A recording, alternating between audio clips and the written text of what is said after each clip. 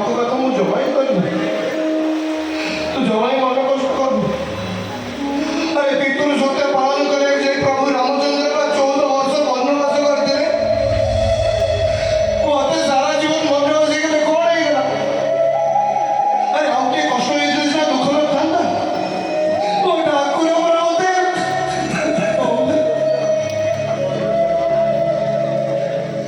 ଏ ପରିବାର ପାଇଁ ମୋ ଦୁଃଖର ବୋଝ ଠିଆ ହେଇଛି। ମା ପୁଅର ସମ୍ପର୍କ ମଝିରେ ବାଛିରେ ଉଠେଇ ଦେଇଛି। ଏ ଅବିବେକୀ ଝିଅଟାକୁ କେବେ ଭୁଲ ବୁଝିବେନି ମତେ କ୍ଷମା କରିଦେବେ ମୁଁ ଯାଉଛି ମୁଁ ଯାଉଛି ଭାଇ। ଏ ସୁରଜ ମୁଁ ସବୁଦିନ ପାଇଁ ଘର ଛାଡ଼ି ଚାଲି ଯାଉଛି ମୁଁ।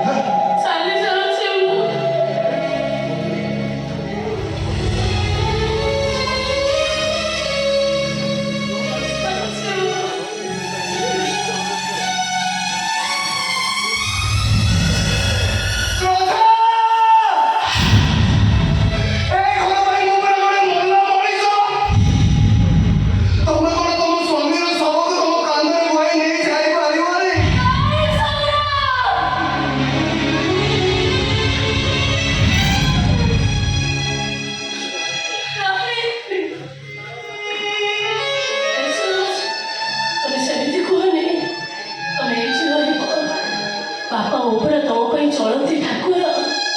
ସେ ଠାକୁରଙ୍କ ପାଖରେ ତମକୁ ଅଲଗା କରି ମୁଁ କେବେ ବି ଏତେ ବଡ଼ ମହାପାପ କରିପାରିବି।